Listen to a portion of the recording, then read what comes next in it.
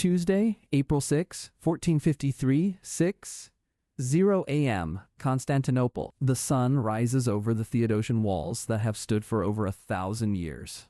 Emperor Constantine Palaeologus stands on the battlements, watching the vast Ottoman army of over 80 soldiers gather on the plains outside. Hungarian engineer Orban supervises the massive bronze cannon he built, a gun 27 feet long that fires a 200-pound stone. The basilic's thunderous roar shakes the earth, and a 540-kilogram granite ball slams into the inner wall, shattering masonry into deadly fragments. Giovanni Giustiniani Longo, the Genoese commander, directs his 700 soldiers to repair the breach as Ottoman Janissaries prepare for their assault. But let's change one thing, one variable that rewrites the fate of this ancient city and its emperor. Let's insert a single M1A1 Abrams main battle tank onto the Mesotikon, the most vulnerable section of the land walls. This 70-ton monster of composite chobham armor is powered by a 500-horsepower gas turbine engine that propels it to 45 miles per hour. Its 120mm smoothbore cannon fires depleted uranium sabot rounds at over 50 feet per second, capable of punching through 3 feet of steel. The 4-man crew sits in a sealed compartment with advanced thermal sights and a fire control computer that can engage targets on the move. Stage 1 begins at 7:30 a.m., as the first wave of Ottoman infantry charges the wall with ladders and scaling hooks in their hands. The Abrams Coaxial 7.62mm machine gun opens fire, cutting down dozens of soldiers with a single sweeping burst across the field. The Janissaries, once the world's most feared infantry, hesitate as their comrades fall like wheat before the invisible scythe of gunfire. Mehmed II watches from his red tent, his advisors stunned as the Christian defenders seem to have summoned a fire-breathing metal beast.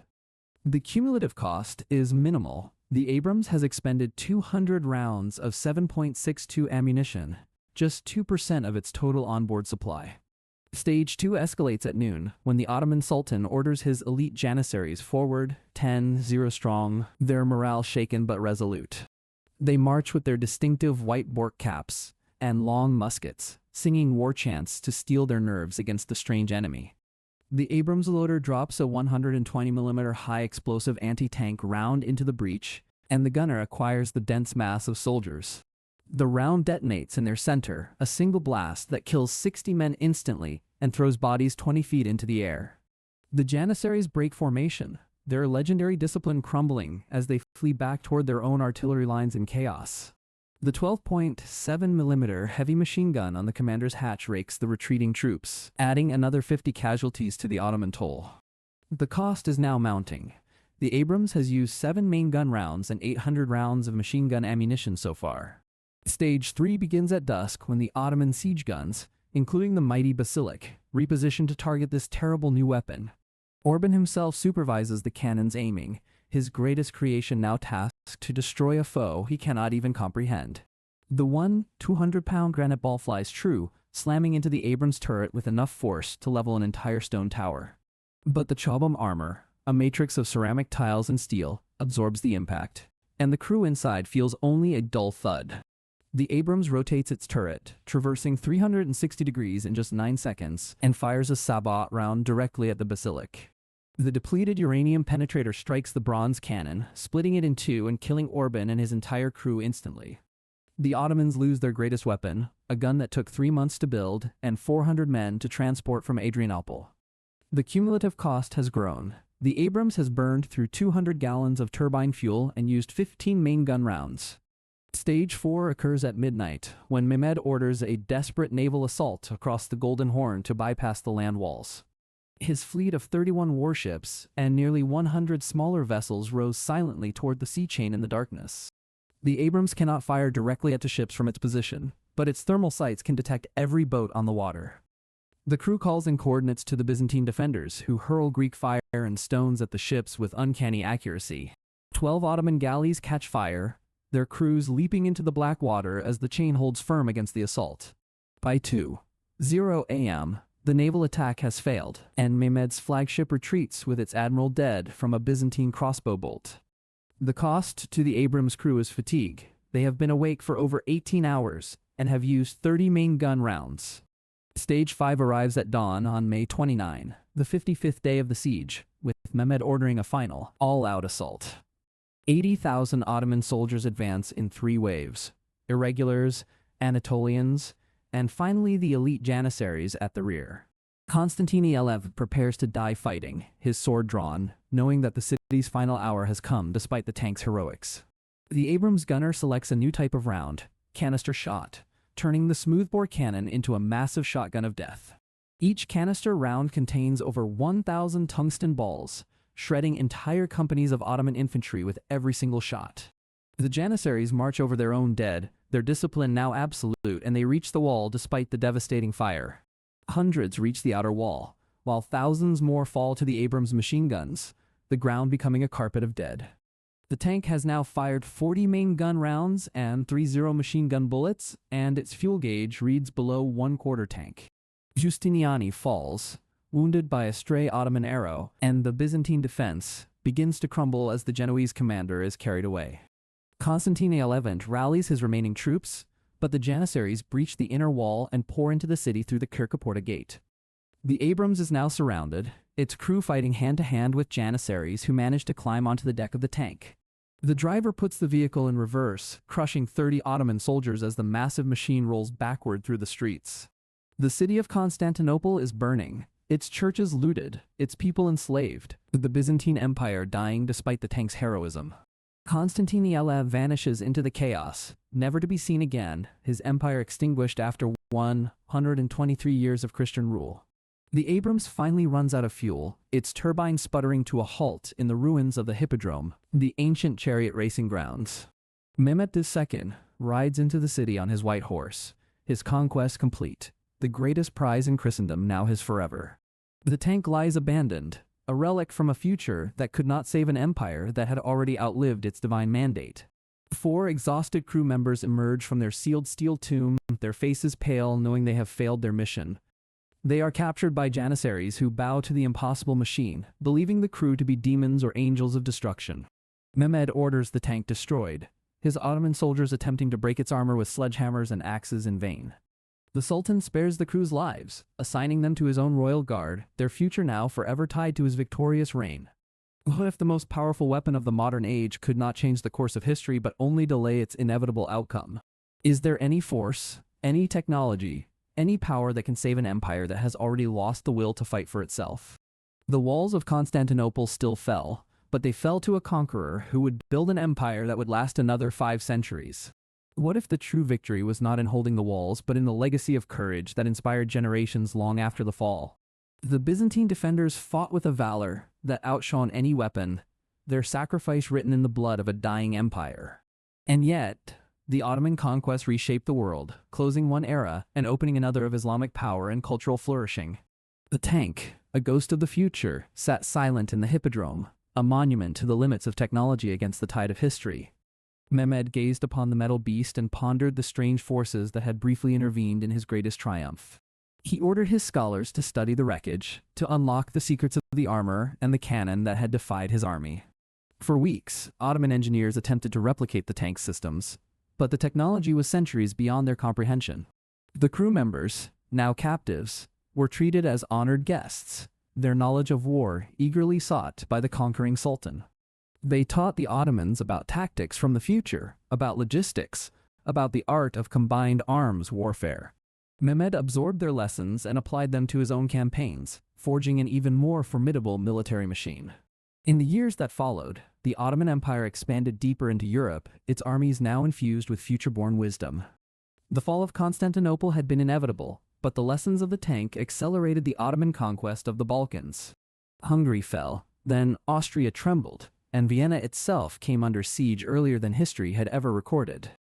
The balance of power in Europe shifted dramatically, with Christian kingdoms scrambling to counter Mehmed's unstoppable legions. Pope Nicholas V called for a new crusade, but the European princes were too divided to mount a coordinated response. Venice, Genoa, and the other Italian states began to fortify their eastern borders, fearing that Mehmed would turn his gaze westward. The Ottoman navy, inspired by the tank's crew, adopted new ship designs and naval tactics that dominated the Mediterranean. Within a decade, Ottoman power extended from the Persian Gulf to the gates of Rome, a dominion unseen since the days of Rome. The Byzantine dream was dead, but a new world order had risen from its ashes, forged by the strange intervention of the Abrams. And yet, the crew members who had been spared grew restless, their loyalty to the Sultan always shadowed by their true allegiance. They waited in the shadows, hoping for a chance to escape or to find a way back to their own time and their own war. Mehmed, ever the pragmatist, kept them close, but never fully trusted them, assigning guards to watch their every move. The tank itself, stripped of its weapons and its engine, was placed on display in the Ottoman capital as a monument to victory. Visitors from across the known world came to marvel at the strange machine that had fought like 1,000 men combined. Ambassadors from France, from the Holy Roman Empire, and even from distant Persia came to study the fallen giant. Mehmed used the tank as a propaganda tool, a symbol of his divine right to rule over all the lands of the earth. He claimed the machine was a gift from Allah, sent to test his faith and to prove his destiny as the conqueror of worlds. The Byzantine refugees who had fled the city spread their own stories, tales of a metal dragon that had fought alongside the emperor. They spoke of Constantine XI as a martyr, a ruler who had faced the end with courage and had been taken by angels. The legend grew, and in the monasteries of the Orthodox Church, monks wrote of the day when the metal beast had roared. They prayed for the return of their emperor, for a sign that the Byzantine flame had not been extinguished forever. And in the ruins of Constantinople, now called Istanbul, the people remembered the day when the walls had almost held. The tank's presence, however brief, had become part of the city's folklore, a tale told to children for generations to come. Mehmed's descendants would speak of the strange warriors who had appeared from nowhere and vanished just as mysteriously. The 4 crew members eventually escaped, slipping away from their captors during a winter storm in the mountains of Anatolia.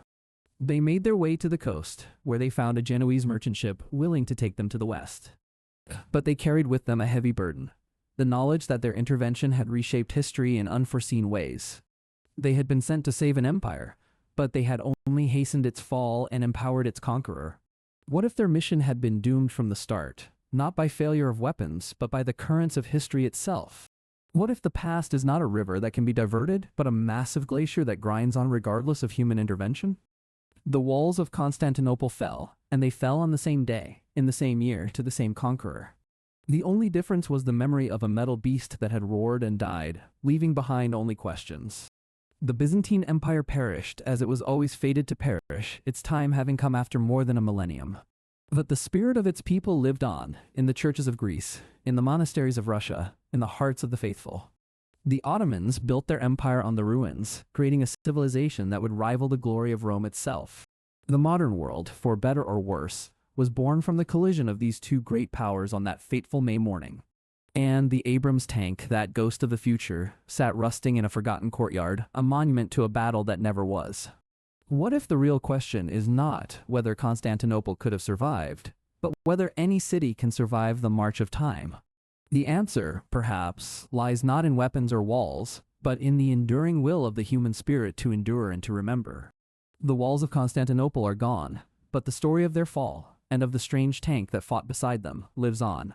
It lives on in this telling, in the imagination of those who wonder what might have been on that day of days. What if you, the viewer, could go back and change one thing, one variable, to save an empire from the dust? Would you have the courage to face the Ottomans with only a single tank, knowing that the odds were already stacked against you? Perhaps the true lesson of this story is not about victory or defeat, but about the value of standing firm against impossible odds. Constantine XI stood, and he fell, and his sacrifice became the foundation of a legend that outlasted any empire. The tank was a tool, but the emperor was a symbol, and symbols endure long after the metal has turned to rust. In the end, the fall of Constantinople was not a tragedy but a transformation, a bridge between the ancient and the modern. The Ottomans brought new life to the city, building mosques and markets that would draw the world's greatest traders. The Byzantine legacy lived on in the Renaissance, as scholars fled with manuscripts that would ignite a new age of learning.